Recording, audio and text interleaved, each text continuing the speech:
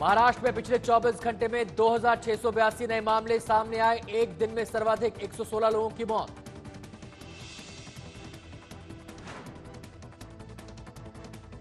राज्य में कुल कोरोना केस 62,228। महाराष्ट्र में कोरोना ने ली कुल 2,098 लोगों की जान।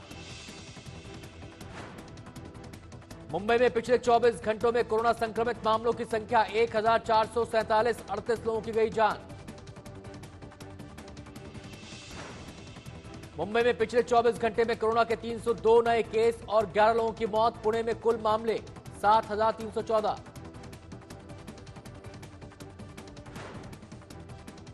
नागपुर में पुलिस बैरिकेडिंग को लेकर लोगों का विरोध प्रदर्शन। रेड जोन होने के बावजूद सैकड़ों की तादाद में इकट्ठा हुए। सोशल डिस्टेंसिंग की उड़ाई धज्जियां। महाराष्ट्र के विदर्भ में फसलों को नुकसान पहुंचा रही है टिड्डी दल। अधिकारियों के मुताबिक बड़ा नुकसान नहीं, गांव में टिड्डियों का हमला रोकने के लिए फसलों पर कीटनाशकों का छिड़काव।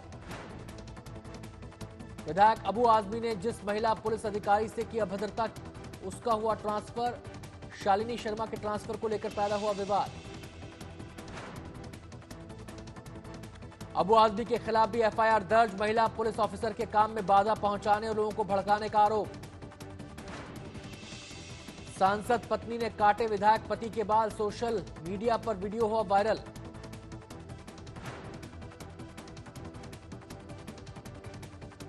अमरावती से लोकसभा सांसद नवनीत कौर राणा। लॉकडाउन की वजह से बंद है सैलून।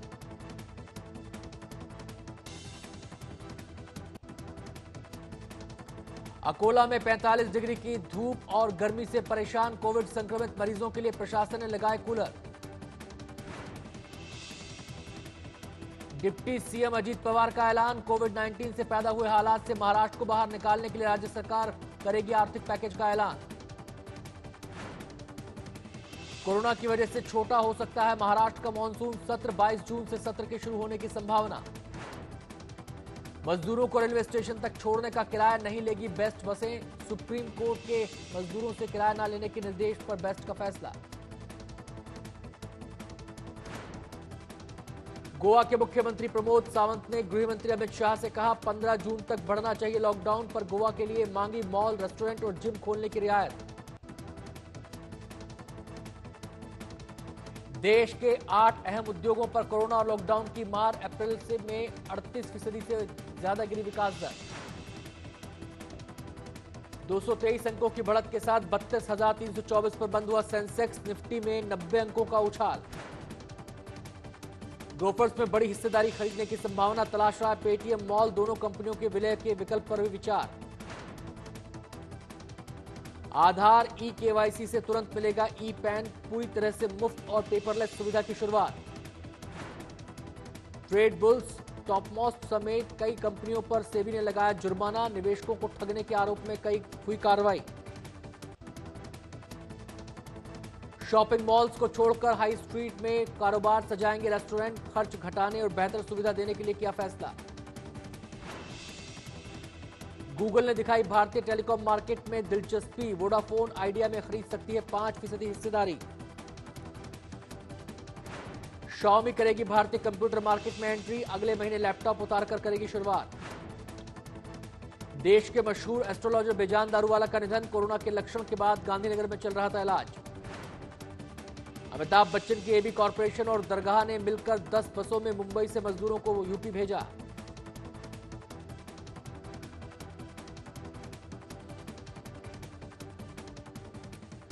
नमस्कार, आप देख रहे हैं आज तक और मुंबई मेट्रो के साथ मैं हूं अनंत भट्ट। महाराष्ट्र में कोरोना से एक दिन पहले आज 116 की मौत हुई है और 2,682 मामले सामने आए हैं।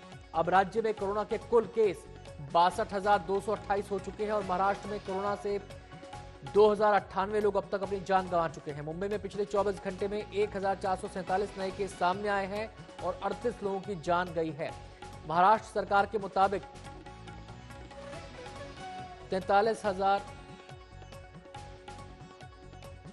4,33,557 सैंपल में से 62,228 कोरोना पॉजिटिव पाए गए हैं, जो लगभग 14% है। सरकार के मुताबिक रिकवरी रेट 43.38% है और मोर्टेलिटी रेट 3.37% है।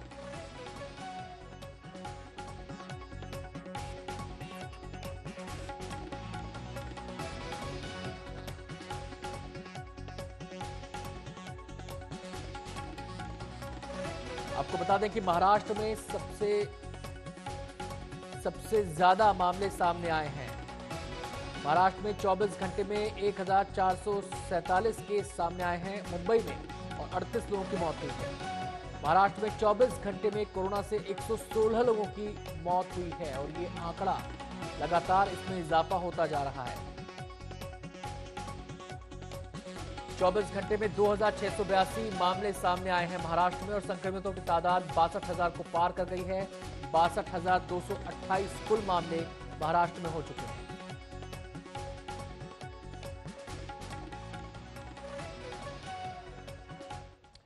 मुंबई में 24 वार्ड हैं, लेकिन 6 वार्ड ऐसे हैं जिनमें कोरोना के 14,000 से ज्यादा मामले सामने आ रहे हैं और कुल संक्रमितों की संख्या करीब 37,000 पहुंच गई है। ये रिपोर्ट देखिए। आइए एक नजर डालते हैं मुंबई के उन वार्ड्स पर जहां से कि कोरोना के सबसे ज्यादा मामले आ रहे हैं। G9 वार्ड की बात करें तो यहां पर कोरोना मरीजों की संख्या 2816 है। इस वार्ड में धारावी, शिवाजी पार्क, माहिम, दादर, शाहू नगर जैसे इलाके आते हैं। मुंबई के ई वार्ड में कोरोना मरीजों की संख्या 2497 है। इस वार्ड में भाईखला, अग्रीपाड़ा, नागपाड़ा, जेजे रोड, शिवड़ी और काला चौकी जैसे इलाके आते हैं। मुंबई के FN वार्ड में कोरोना के मरीजों की संख्या 2456 है। इस वार्ड में सायन, माटुंगा, एंटॉप हिल और वडाला जैसे इलाके हैं। L वार्ड में कोरोना मरीजों की संख्या 2418 है। इस वार्ड में कुर्ला, साकीनाका, नेहरू नगर, चूनाभट्टी जैसे इलाके हैं। HE वार्ड में कोरोना के मरीजों की संख्या 2155 है। इस वार्ड में पांद्राकुला कॉम्प्लेक्स, बकोला, निर्मल नगर और खेरवाड़ी जैसे इलाके हैं। और KW वार्ड में कोरोना पॉजिटिव मरीजों की संख्या 2121 है। इस वार्ड में जोगेश्वरी वेस्ट, अंधेरी का गिलबर्ट हिल और डोंगरी जैसे इलाके हैं। इसमें एक और बात गौर करने वाली है कि G9 वार्ड, जिसमें धारावी, दादर और माहिम जैसे इलाके हैं, यहाँ पर केस की संख्या तो सबसे ज्यादा है, लेकिन मौतों के मामले में ये वार्ड 6ठे नंबर पर है। BMC के मुताबिक इसकी वजह है क्योंकि यहाँ पर ज्यादातर केस क्वारंटीन सेंटर में है और यहाँ पर BMC ने 4 लाख से ज्यादा लोगों की स्क्रीनिंग की है। आइए अब जानते हैं कि पिछले 7 दिनों में वो कौन से वार्ड हैं जहाँ पर की कोरोना के केस सबसे ज्यादा तेजी से बढ़ रहे हैं। N वार्ड में पिछले 7 दिनों में कोरोना मरीजों की संख्या में 8.8% की वृद्धि हुई है। इस वार्ड में पंतनगर, पार्क साइड, तिलक नगर जैसे इलाके आते हैं। PN वार्ड में पिछले 7 दिनों में कोरोना मरीजों की संख्या में 7.6% की वृद्धि हुई है। इस वार्ड में मालवणी, कुरार विलेज और बांगूर नगर जैसे इलाके हैं। इस वार्ड में पिछले 7 दिनों में कोरोना मरीजों की संख्या में 8.2% की बढ़ोतरी हुई है। इस वार्ड में विक्रोली, पवई, कांजूरमार्ग और भांडुप जैसे इलाके हैं। RC वार्ड में पिछले 7 दिनों में कोरोना मरीजों की संख्या में 8.1 की वृद्धि हुई है। इस वार्ड में Borivali west, Kasturba road, MHP colony और गोरई जैसे इलाके आते हैं। RS वार्ड में पिछले 7 दिनों में कोरोना मरीजों की संख्या में 6.2 की वृद्धि हुई है। इस वार्ड में कांदीवली, चारकोप, समता नगर जैसे इलाके आते हैं। और मुंबई के RN वार्ड में पिछले 7 दिनों में कोरोना मरीजों की संख्या में 7.9% की बढ़ोतरी हुई है। इस वार्ड में दहीसर आदि इलाके आते हैं। देश में कोरोना से सबसे ज्यादा प्रभावित शहर मुंबई में इस समय 689 कंटेनमेंट जोन है और इस शहर में 1908 से ज्यादा बिल्डिंग सील की जा चुकी हैं। 9000 से ज्यादा कोविड-19 के मरीज डिस्चार्ज भी किए जा चुके हैं। मुस्तफा शेख के साथ विद्या, मुंबई आज तक। कोरोना महामारी की वजह से 800 साल से चली आ रही पंढरपुर यात्रा में इस बार श्रद्धालु नहीं शामिल हो पाएंगे। इस यात्रा का महाराष्ट्र में बड़ा धार्मिक महत्व है। शासन ने निर्णय लिया है कि संतों की पादुकाएं हेलीकॉप्टर, कार या बस से पंढरपुर ले जाई जाएंगी, जिसमें सिर्फ कुछ साधु संत और प्रशासनिक अधिकारी होंगे। पंढरपुर यात्रा के 800 वर्षों की परंपरा में यह शायद दूसरे या तीसरे दफे हो रहा है जब इस यात्रा में, यानी महाराष्ट्र की सबसे बड़ी धार्मिक यात्रा में जो लाखों भाविक वारकरी शरीक होते हैं, वो इस साल शरीक नहीं होंगे। और इसका कारण है कोरोना वायरस की महामारी जो फैली है, उसका संक्रमण रोकना है। ये निर्णय महाराष्ट्र के उप मुख्यमंत्री अजित पवार ने पुणे में बताया है। पुणे आयुक्त कार्यालय में ये उच्च स्तरीय मीटिंग हुई, जहां उप मुख्यमंत्री अजित पवार के साथ साथ पुणे विभाग के आला अधिकारी तीनों जिलों के डिस्ट्रिक्ट मैजिस्ट्रेट और चारों मंदिर यानी आळंदी, देहू, विट्ठल और रुक्मिणी मंदिर के मुख्य ट्रस्टी भी मौजूद थे। निर्णय ये हुआ है कि अगर आमतौर पर जिस तरह ये यात्रा संपन्न होती है, जहां लाखों की संख्या में भाविक, जिन्हें वारकरी कहा जाता है, वो शरीक होते हैं, 164 या 170 किलोमीटर 21 दिनों तक ये चलते हैं, खुले आसमान के नीचे पड़ाव होता है। और ऐसे में अगर इतनी बड़ी संख्या में लोग, भाविक, वारकरी शरीक होंगे तो पूरी संभावना है कि जो कोरोना वायरस की महामारी है, उसका संक्रमण है, वो और बढ़ सकता है। आपको बता दें कि महाराष्ट्र के पश्चिम इलाके में यानी मुंबई, पुणे, सातारा, सोलापुर, इन इलाकों में ही ज्यादा कोरोना के मरीज पाए गए और इसीलिए यह निर्णय लेना बहुत जरूरी था। पंढरपुर यात्रा महाराष्ट्र की सबसे बड़ी धार्मिक यात्रा कहलाती है। जो संत महंत है वो आषाढ़ी एकादशी के दिन भगवान विट्ठल, जिन्हें विष्णु का अवतार कहा जाता है, उनके दर्शन के लिए पुणे के पास देहू और आळंदी से पंढरपुर पहुंचते हैं। कहा यह भी जाता है कि महाराष्ट्र के अलावा कर्नाटका से भी बड़ी संख्या में भाविक श्रद्धालु पंढरपुर पहुंचते हैं। इसीलिए इस साल कोरोना वायरस की महामारी रोकने के लिए, उसका संक्रमण फैलने से रोकने के लिए यह निर्णय हुआ है। इस बार 12 जून और 13 जून को जो इस यात्रा का प्रस्थान होने वाला है, उसमें 7 संतों के पादुकाएं यानी संत निवृत्ति, ज्ञानदेव, सोपान, मुक्ताई, नामदेव, एकनाथ और संत तुकाराम, इनकी पादुकाएं इन 2 मंदिरों में ही रखी जाएगी अगले 21 दिनों तक।